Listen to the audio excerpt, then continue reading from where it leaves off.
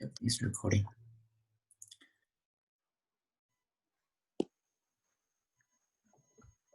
Okay, so for group 2, we decided to do better communicators or problem solvers, which is for chapter 9.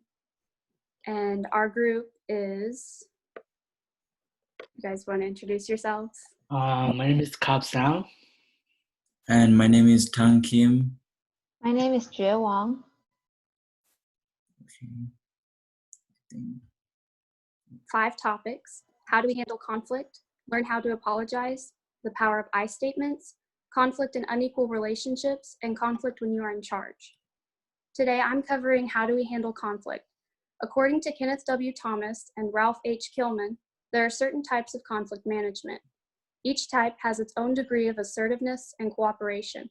So shown on the next slide is a diagram representing the degrees of assertiveness and cooperation. There are 5 different styles: competing, compromising, and accommodating. As you can see, the competing style is high in assertiveness but low in cooperation, whereas the collaborating style is high in assertiveness and cooperativeness. And then compromising meets somewhere in the middle. Avoiding is low on both spectrums, and accommodating is high in cooperation but low in assertiveness. The first style I'll be talking about is the competing style. In this style, individuals in a conflict are more concerned with getting what they want than getting the right answer for the situation. It's a win-lose tactic, and it usually involves persuasion or coercion. The cost is damage to the relation. Argument should be able to carry the value without using manipulation. The next style would be the collaborating style. In this style, both individuals in a conflict attempt to reach a consensus. This is the best type for maintaining healthy relationships because it's a win-win situation. The style places more value on the relationship than on being right, like the previous competing style. In a compromising style, each person gives up something in order to come to an acceptable solution. It's balanced by fairness. Can you guys think of any examples? Some example I can think of is for that one is like between us and our parents. So I want to go outside. We decide to be back at like 11, but our parents want us to be back at around 7, and we both agree to be back at like around 8 p.m. That would be the example I can think. It's like Yeah, that's an excellent agreeing example. between us and our parents doing something. Yes, and one thing to remember is to be cautious of not using a competing style that's dressed up as a compromising style. So make sure that you're actually giving up something and the other person is also giving up something, so you're not cheating them out of the conflict. So the next style is the accommodating style. In this style, one party gives in or sacrifices partially or completely to the other party. A compromising style is based on fairness, but the accommodating style is the exact opposite. It's unbalanced and it's not effective. You or another person use this conflict style. If you deal with conflict using this style, how does it make you feel? Are you happy with the outcomes or disappointed?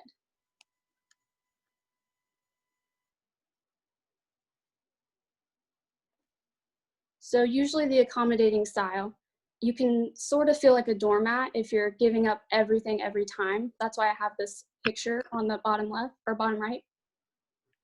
Can anybody think of a time where they dealt with conflict, but they felt like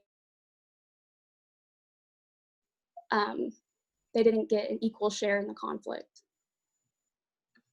So in this case, like I would say, I don't know, bully, or like having, I mean, we have like conflict with someone in order to solve the problems that we kind of like, for example, in school, so when we like started a problem with some other who has like stronger in physical, and then we kind of like doing their homework in order to get forgiveness. Definitely an example. Okay, I have one more style of handling conflict, and it's called the avoiding style. In this style, conflict is avoided altogether via silence or removing oneself from the situation. It's evasive and just pushes problems to one side instead of dealing with them. It's one of the worst types for managing conflict because it lacks communication. The other styles have pros and cons, but this style just lacks everything. Nothing can be solved by this method, save for a few exceptions. When you're in a dangerous situation. List some examples of situations where this style would be beneficial or harmful.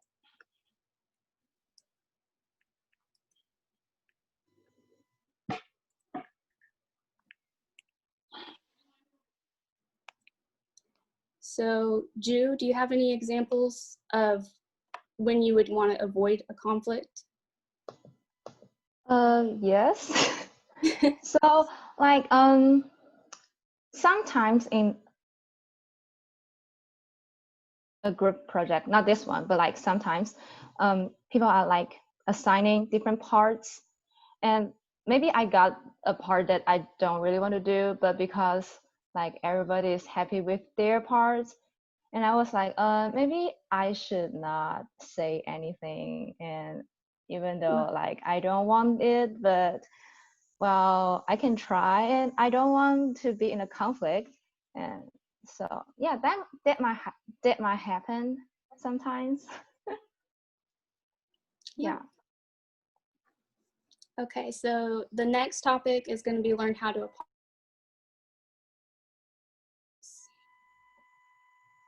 So today I will be presenting learn how to apologize. So first of all, I would like to ask a question before we start the presentation. When should you apologize? I would say that whenever we did something wrong, or like we did something we're supposed not to do, and then like we just apologize so that we can don't have a conflict with them. Just whenever we do something wrong to someone else, I think that would be the time we apologize. Okay. So when we start to have conflict in relationship, apologizing is the best way to solve the problems. So like for example, we like apologize only like the word sorry that makes like all the problems are gone. So there are many ways to apologize when we start to have a problem with someone who is important to us and someone from publics. And when we apologize, we have to be specific, and we will not do the same mistakes in the future. So in the next slide. So like here is the quote that I get from Google that you can apologize over and over, but if your actions don't change, the words become meaningless. So yeah. And then the example is like, for example, I'm sorry for breaking my promise. Like be specific. And then in the second one, I was wrong because, and then like you put like reasonable and something that of you will like able to change you were like mistaking, and then in the third in the future, and then you will make a promises, and you won't do that again, and in the last stage you beg for forgiveness from the other person. So for my second uh, PowerPoints, I choose I statement. So like I statement is a statement of your feelings that does not blame or judge another person. So a word like instead of using you, like using I, where we like making your conversation or your sentence like more better, and in using another way to politeness. And so the word you puts people in defensive and causes them to tune out. For example, you need to stop yelling, you are out of control. Instead of that, it makes me angry when people speak to me that way. Or you can, when you say you should have invited everyone in the class, you aren't very thoughtful. Instead of saying that, you can say, I would feel better if we invited the whole class to the party. And the third example is, you always leave me out. Instead of saying that someone's mistakes, you could say, it upsets me when I am left out of the group. Like changing the you to I will be like you make someone feel more comfortable. And here's another example. um, I feel frightened when you get in my personal space because it makes me feel uncomfortable. Could could you please back up? Like it is the another way, another politeness of using I statement. So like, can you think another example for using I instead of saying you? I have one. Okay. So during a conflict or to communicate with others, I think it is better to say, uh, "Do I make a clear statement?" instead of "Do you understand?" Yeah, that's perfect. Mhm. And in the next slide, we're representing conflict in our unequal relationship. Okay, so I'll be doing the conflict in unequal relationship. What it basically means is an unequal relationship, which is between equal power, like for example, between a teacher and a student, or a boss and an employee. Some of the example I provide in here is the first one is a student addressing a professor about a project that was incorrectly graded. And then the second one was an employee trying to work around difficult boss. And then the third one that I provide is a driver getting pulled over by police officer. So can anyone give an example of unequal relationship, or can you can think of?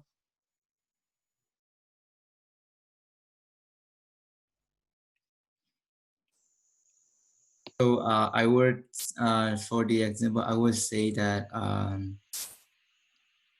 like so in like government and public, the citizens, like how they had like conflict like about unequal relationship, like government more authority than their citizens. And then, so what can we do to help those in to deal with those kind of authority? In here, I provide six steps that we can help. Number one is have respect, meaning that is having respect to someone, regardless of what we think about the person. We may hate the person, but having respect is the most important we need in those kind of conflict. And then the second one is don't suffer in silence. Uh, Whenever the most example I can provide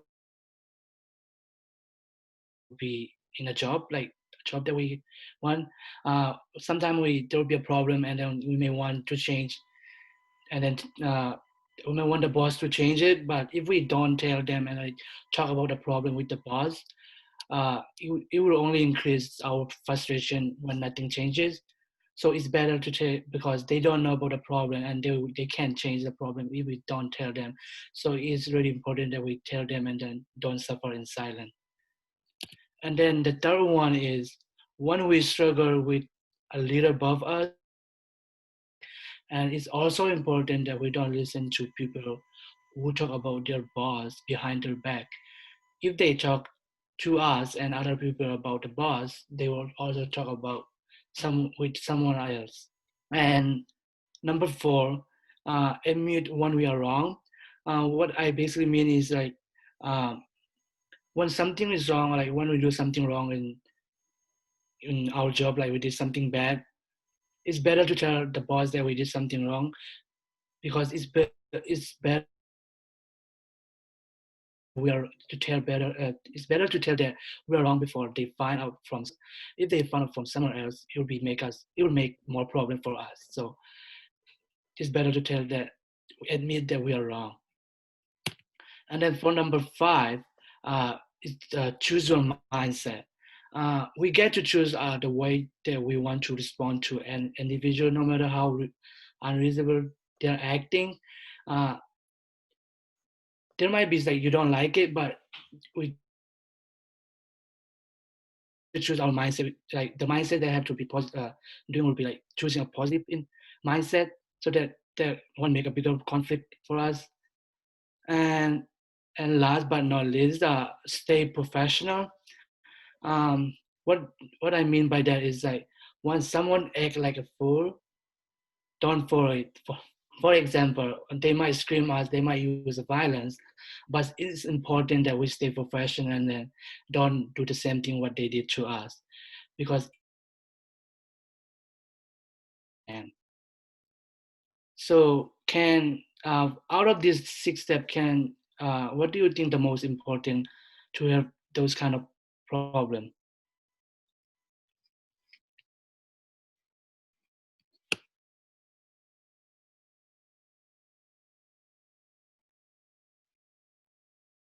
I would say choose your mindset, because wherever your mind's at is how you're going to react to any situation. Okay.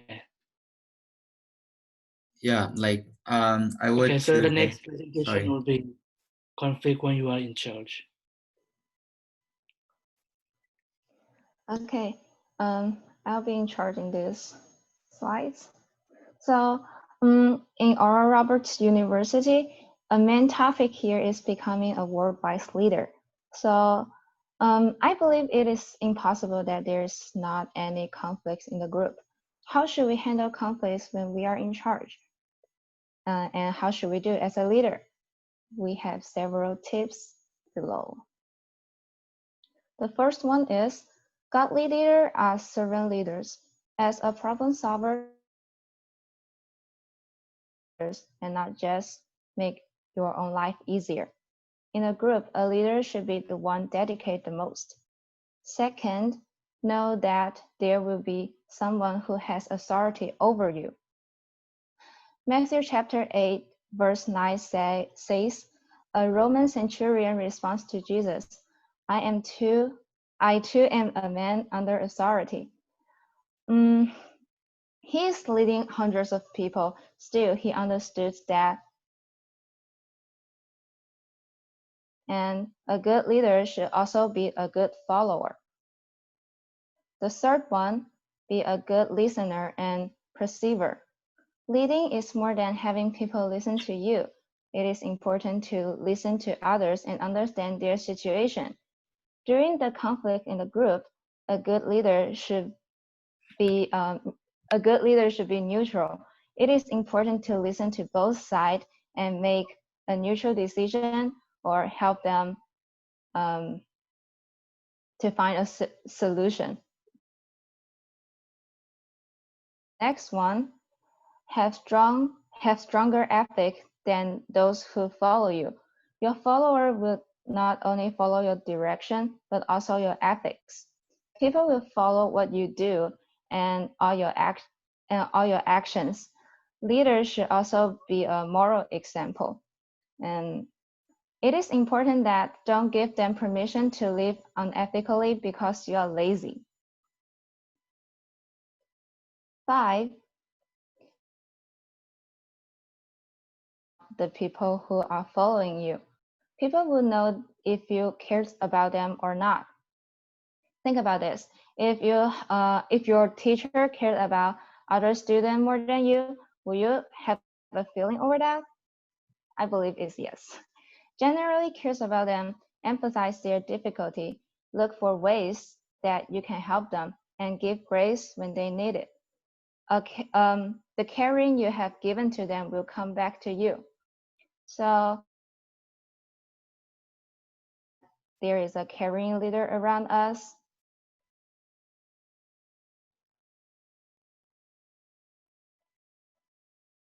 Well, I would say Dr. Wilson would be a caring leader, because during this whole pandemic, he worked with the CARES Act to give a relief fund to everybody who is suffering with financial losses from everything being shut down. So I would say Dr. Wilson.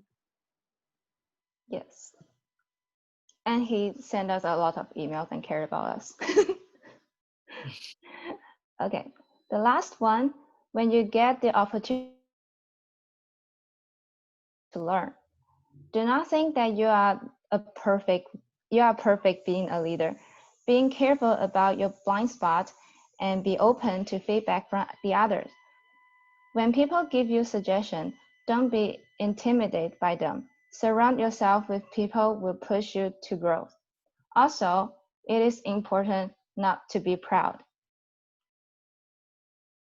So conflict is everywhere in our life. The attitude we use to face the conflict is really important. It's more important than what the topic is, but yes. And this is our presentation over conflicts. Thank you, everyone.